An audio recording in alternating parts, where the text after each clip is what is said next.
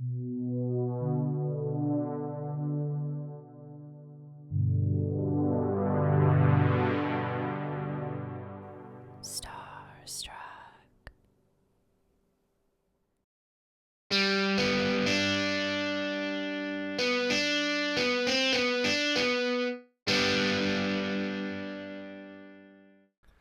Well.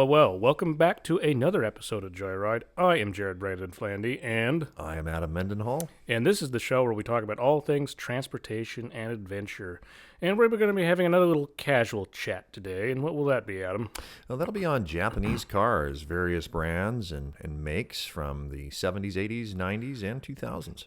All right, I am looking forward to this one. We have yet to touch on Japanese or even Asian market cars yet in this show, as far as I'm aware of. So, but of course, we have to have a little note from our sponsors. We'll not be talking Japanese, but British once again. This is for British Parts Northwest. So, since 1982, British Parts Northwest has been your source for all your British car needs. They have knowledgeable staff who can help you find whatever you need to make sure your car is in the best condition possible. They carry quality parts brands such as Lucas, TRW, and Borg & Beck. British Parts Northwest is based out of the United States but ships both domestically and internationally and offers same-day shipping as well. You can place your order by phone by calling this number, 503-864-2001. That number again is 503-864-2001. You can also place your order online by going to bpnorthwest.com. Remember to spell out the word Northwest. British Parts is celebrating its 40th anniversary by teaming up with the Starstruck Podcast Network to bring you hit shows like Joyride. To claim 10% off on your next online purchase at bpnorthwest.com, use discount code Joyride. That's discount code Joyride. We also, of course, want to give another shout out to Noah Norwood of the Hot Rod Kid podcast. Noah is also a professional automotive restorer, fixing classic Mustangs all the way back to the big Ford V8s. That podcast, once again, is the Hot Rod Kid podcast. It's available on Spotify, Apple Podcasts, or wherever you listen to your podcasts. Oh, with that said, Adam, you take it away. Yeah, so, Japanese cars, it's one of those things that it's interesting how commonplace, an import is today. And starting off going back to the 1950s, 60s, and especially the 70s, I mean, you just didn't see them. And one that comes to mind is especially Toyota and some of their, econo cars that became more commonplace in the 1970s. And Datsun, Datsun, very popular with some of their small pickups. And something that comes to mind that kind of applies to current day, with fuel prices ever climbing and getting higher and more expensive, we're constantly leaning towards alternative options, whether it's electric or more fuel efficient. Back then it was, they were looking for something that got better mileage and fuel efficiency, especially in the gas crunch in the 1970s. And that's where, Toyota kind of came on board along with Datsun. And again, they didn't, they weren't as roomy or as comfortable as an American model, but my God, were they much more fuel efficient. I mean, especially when you were hitting marks of 20 to 30 miles per gallon in some models, that was a huge jump amongst, above and beyond the American models of the time. And the funny thing is, too, is, because, within the United States, Japanese cars are by far the best-selling cars, but and if you talk, I've talked to my parents about this, you go back to, the 70s, they were kind of considered, kind of almost junker cars almost, or even earlier than that, Yeah, they were, and it's a different generation. Back then it was really focused on American made, and anything that overseas was kind of, especially Japan, was viewed as, oh, that's a piece of junk. You better get American made. Don't even try one of those things. Yeah. Like some of those early Toyotas, I think was a Crown. Was that one of their very early cars? Yeah, I mean the first ones.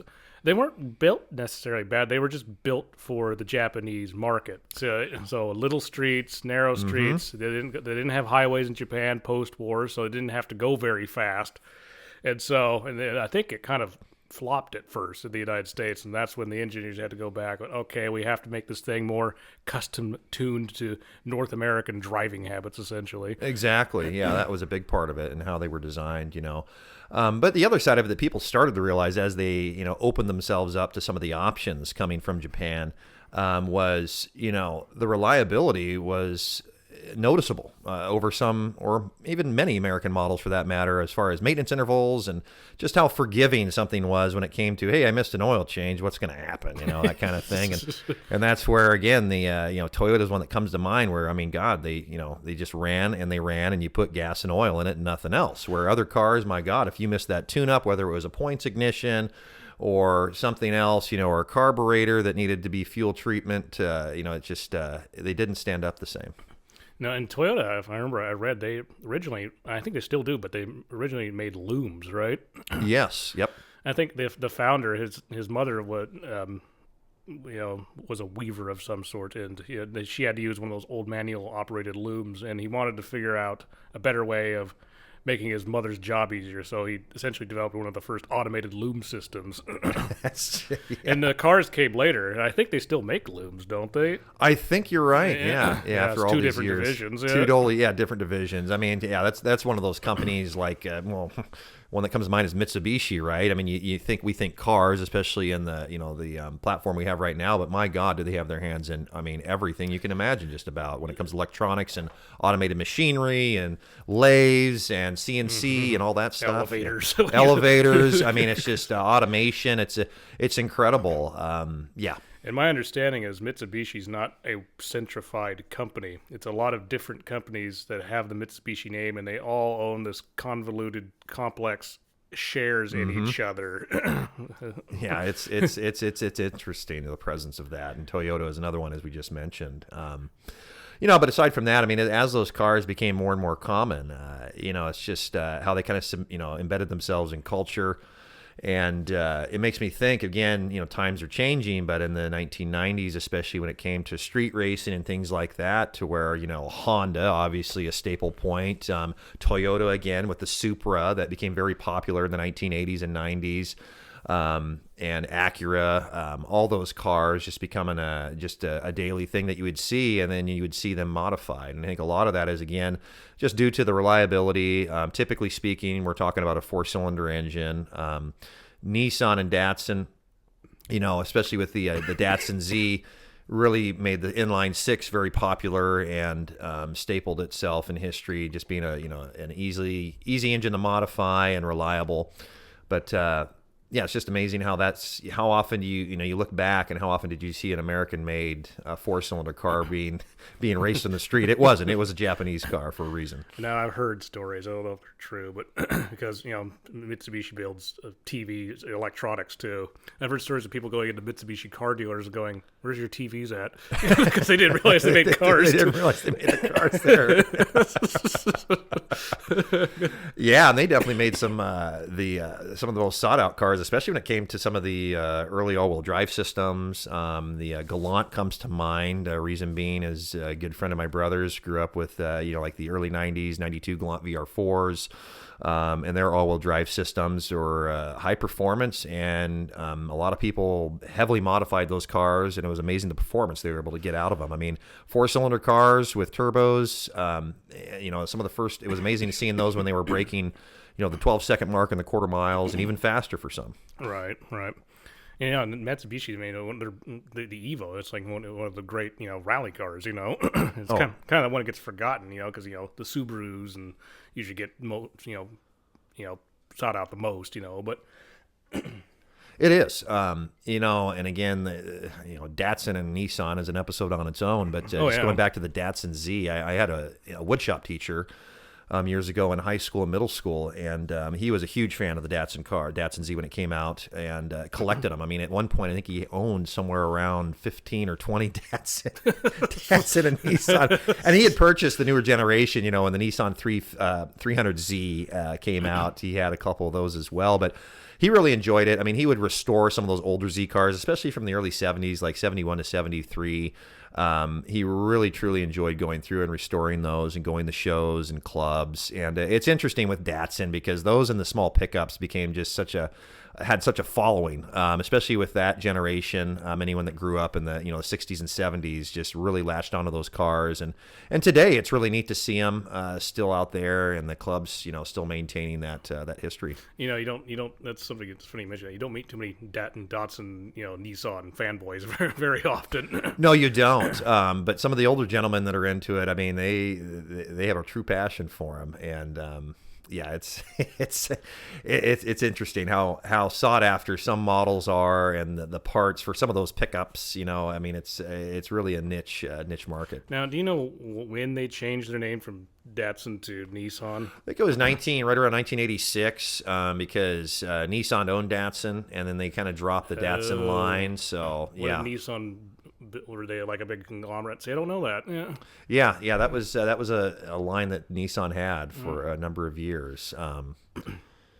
Yeah, it was interesting to see how that worked out. In fact, the production, I think Datsun's original production run began back in 1931, roughly. Oh, wow. And then from 1958 to 1986, only vehicles exported by Nissan were identified as Datsun. So. I think they reintroduced the brand in certain markets, though, didn't they? The Datsun name, Datsun. Yeah, I think they did. It's just where America it went away. It's kind of like their budget cars, so to speak. Mm-hmm. Yeah, and they had some neat turbo cars. Again, the Z went through such an evolution. The 1970s naturally aspirated some of the early turbo cars in the 80s, and it's amazing the performance. I remember driving a 280ZX turbo that we had on my parents' car lot way back in the day. It was a 1980 model, and it was a non-intercooled turbo car back then, but it was amazing the performance. It was a really fun car to have. I mean, it was one of those classic early 80s turbo cars that, it was just really flat until you hit around 3,000 RPM, and as soon as that turbo spooled up, because it was a larger turbo, man, it just hit like a wall and just would take off. So. Did it have turbo lag? Yes, yeah, extreme turbo lag. If no one knows what turbo lag is, basically you put your foot down and the car goes brrrr, then suddenly it goes from 20 to 60 instantly, then to 80 to 100. Yeah, it's like a punch to the face on some of the old cars. When that power came on, it came on real hard. Yeah, I think the old Jaguar XJ220s were really known for that. I mean, it was the fastest car in the world at the time. You just had to wait for the turbo lag to catch up. Oh yeah. And that car again. I mean, the Z is such an iconic car, but those inline sixes were just.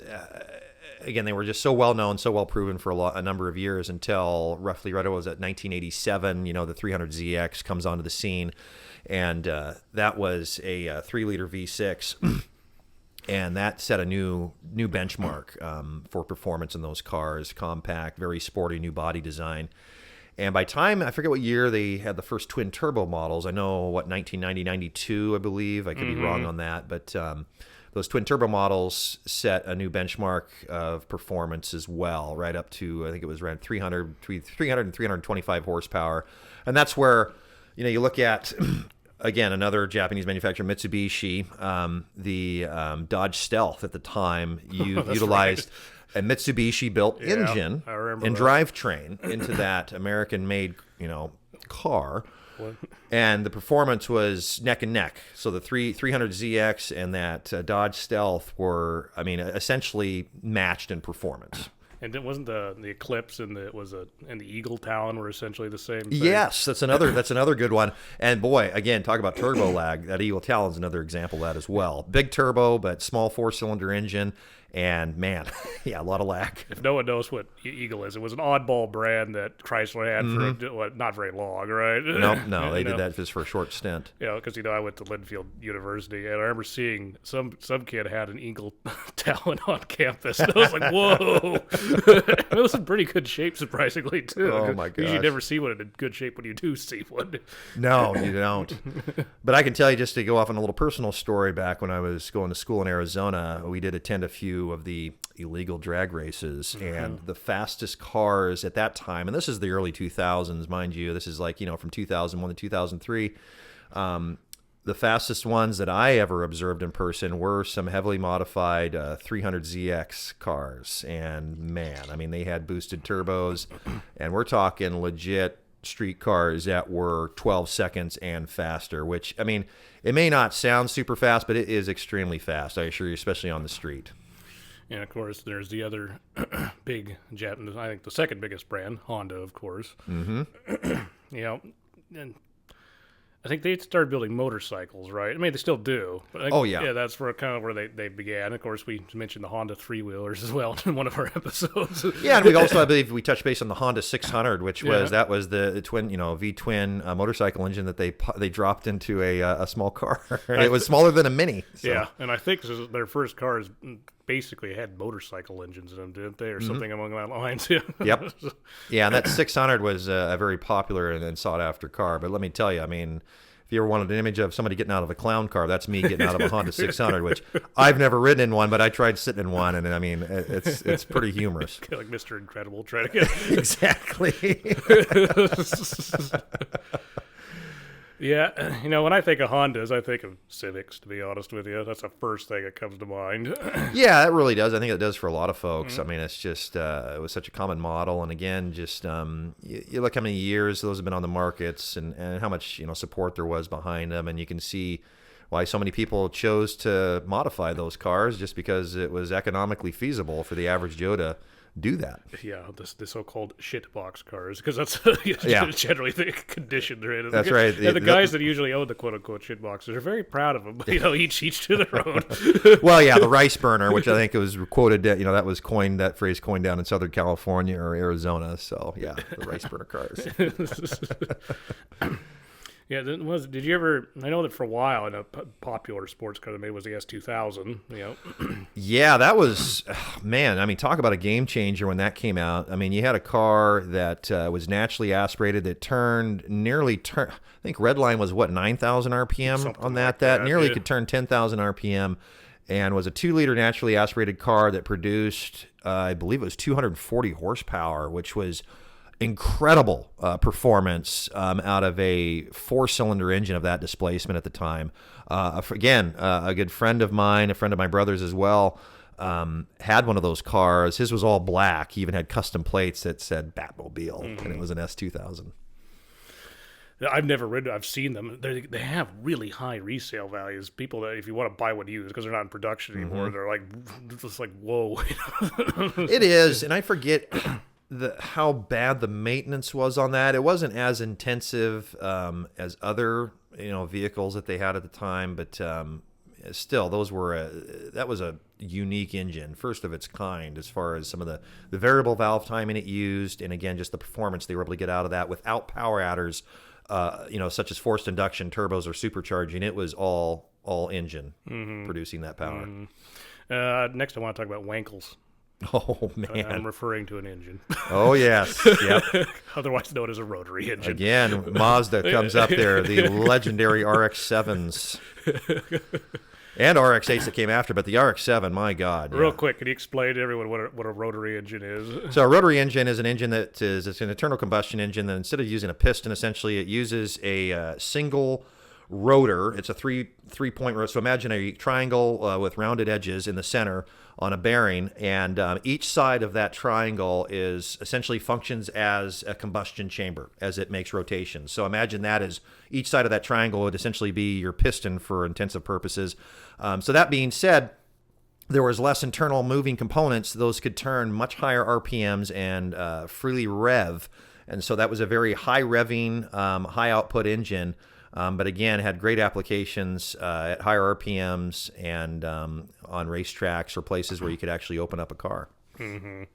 Now, because I know at one point Mazda put that engine almost in every product they had. I mean, what was the allure to them about it? Do you know?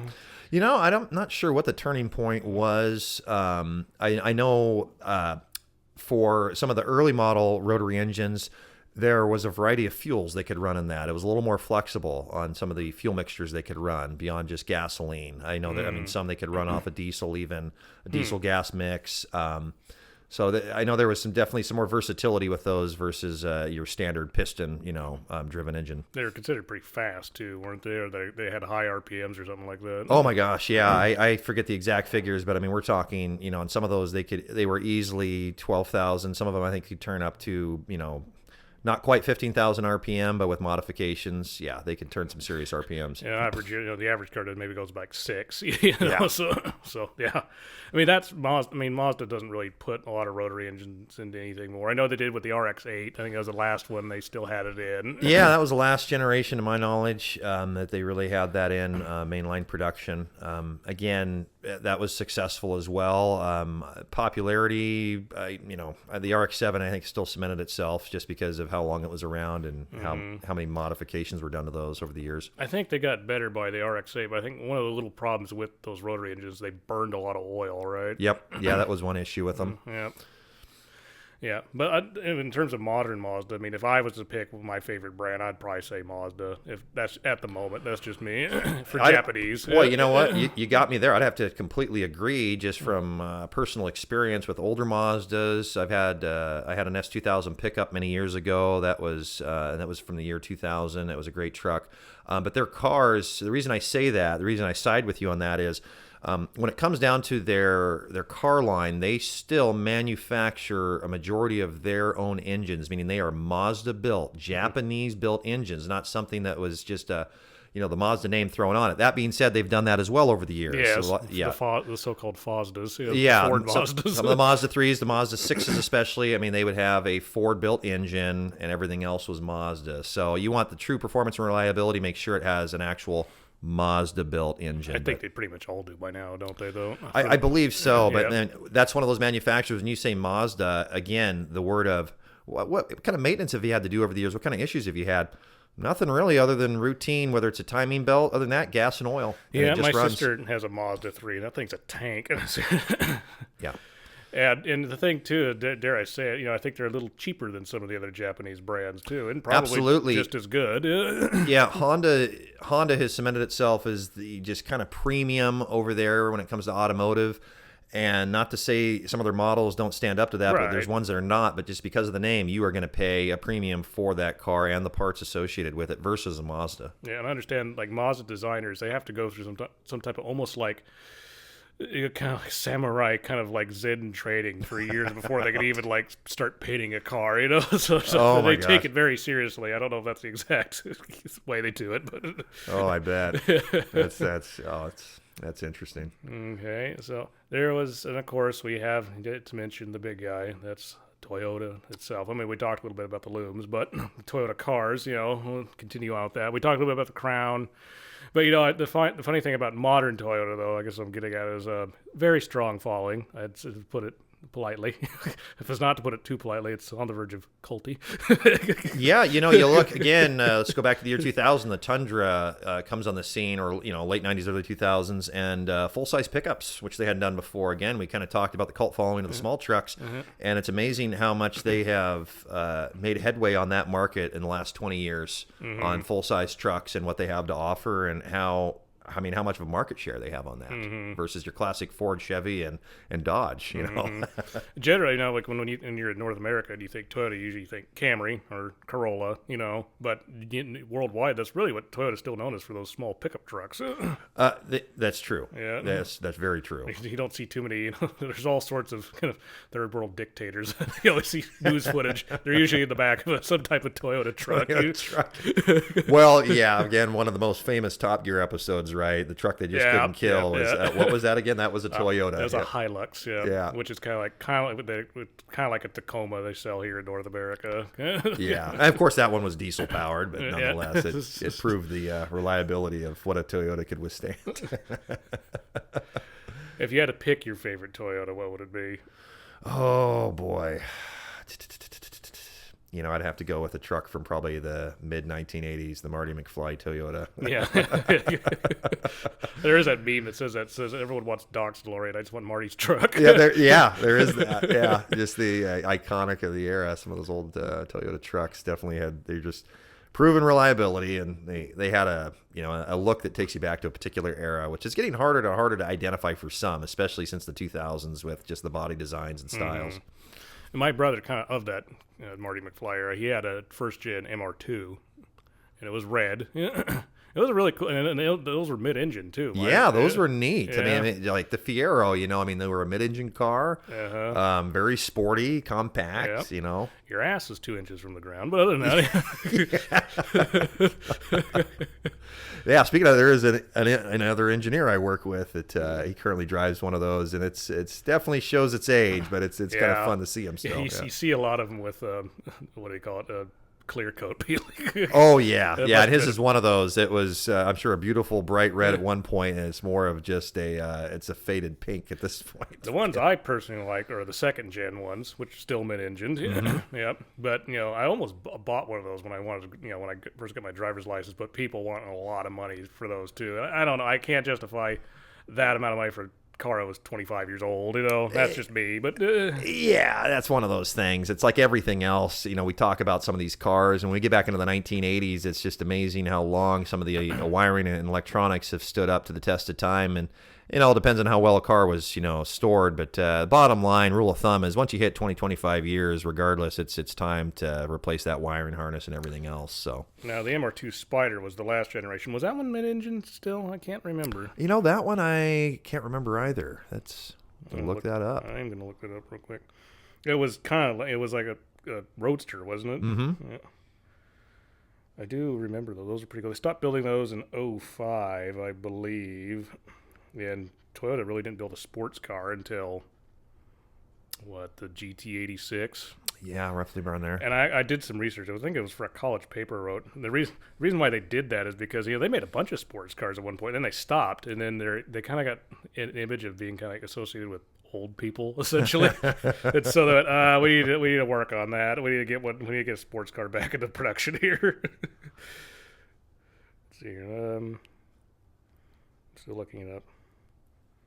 But yeah, anyway, with the MR2 Spider, I can't remember anyway. But it was but that was still a pretty cool car too. I'm trying to think what else Toyota. I mean, we just talked about the GT86. I mean, have you driven one of those, which is also Subaru BRZ, basically, right? Yeah, no, I can't say I've personally driven one of those before. No. Mm-hmm, mm-hmm. Of course, the Supra, is something that just really. A friend of mine has one of the brand new ones. Oh, really? Yeah, which is kind of a collaboration with BMW, isn't it? Yeah, it is a little bit. Yeah, those it's an interesting design on those where they try to maintain that, the curves, you would say, and the nose portion of the classic Supra, which is one of the most identifiable things of the car. And you think about that longer nose or engine section, kind of like the old Datsun, when I'm talking older Datsun, I'm talking, 70s, 80s Datsun Right. Z cars with that longer nose and front end. Yeah, no, when I think Datsun, I think of the truck, honestly. Just the first thing that comes to mind. Oh, those little tiny trucks. Little tiny trucks, yeah. Kind of like those Volkswagen Rabbit trucks, too, Which is a good idea, because, I think we talked about, Australian Utes in the past. Sometimes people don't need towing capacity, you just need the cargo capacity. Exactly. So I don't know why they don't build more smaller trucks. There is that Ford Maverick, though. That's a smaller truck, isn't it? Yeah. It is, yeah. Yep. Well, so I'm trying to think here. Is there any brands we haven't touched on? Toyota, Honda, Nissan, Mazda, Mitsubishi, Subaru. Suzuki's another one. Suzuki, Suzuki, probably the first thing that comes to mind, at least myself, is, motorcycles. Well, Suzuki's made some nice little compact cars, especially in the late 1990s and early 2000s. Reliable, proven, and Suzuki-built engines. Again, we're talking 4 cylinders, little econo cars, but... yeah, they don't sell them over here anymore, do they? I don't think so. Yeah. No. It's been a while since I've seen a Suzuki dealer. Yeah. And Subarus, those are, of course, extraordinarily popular in the Pacific Northwest. I think the Subaru Outback is the best-selling car in Oregon. I would have to agree with that, absolutely. And Subaru, like everyone else, has their good and bad models, but overall, very proven reliability established. And you just look at a car that comes standard, with all-wheel drive, good functions, good performance. Again, and recently, with some of their models, affordable price points, under $40,000, some under $30,000. Mm-hmm. And I don't know how this happened, but, their marketing ended up shifting towards kind of like wealthy, liberal people, that kind of thing. So that's kind of why the stereotype is there to this day. With the Birkenstocks and all that kind of stuff. Oh, yeah. Yeah. And of course, very famous. No, Subaru is very famous for rally. The WRXs, the STIs. Those are of course very, very famous. World Rally Championship cars. Oh my gosh, yeah, and again, those were a game changer when it came to the import performance market, early 2000, the first STIs, when you were hitting near 300 horsepower levels. I mean, that doesn't sound a lot today, but that was huge back then. I mean, it was incredible to have that on a street car, from the factory. Yeah, exactly. Yeah, and those I think those early STIs, those have really they've gone up in value. To have one that's unmodified and stock is sought after today. And they're kind of unique too, because they usually use those boxer engines a lot of the times too. So the horizontally posed where the pistons lay flat. Yeah, the old pancake engines, just like most comparable to Porsche, obviously. Yeah. So Yep. All-wheel drive too. Yeah. So they've kind of found their niche, I think, because there's a lot of Japanese manufacturers. So yeah. There is, but when it comes to all-wheel drive systems, especially here in the Pacific Northwest, predominantly, you're talking Subaru. When you mention that, I mean, it's just don't get me wrong, Audi's out there too, Audi Quattro, just not in the numbers, and it's just because of the models and affordability. Subaru's got that market. Yep. All right, here we're kind of reaching our time, so I think we're going to bring things to a conclusion. Any last-minute thoughts there, Adam? I think, again, just kind of branching on other things, it'll be interesting to see what comes from some of these Japanese manufacturers in regards to future engine development versus electric and alternative systems. Exactly. All right, everyone. I think that's going to be it for now. So once again, if you can give us a good 5-star review or or share us on social media, tell your friends about us. Depending upon the podcast app you use, a preferably nice review would be nice. We support or appreciate any Patreon support. And by all means, we will check you on our next episode of Joyride. Till next time. I say check out. So we'll check you out on our next episode of Joyride. All right, siding out.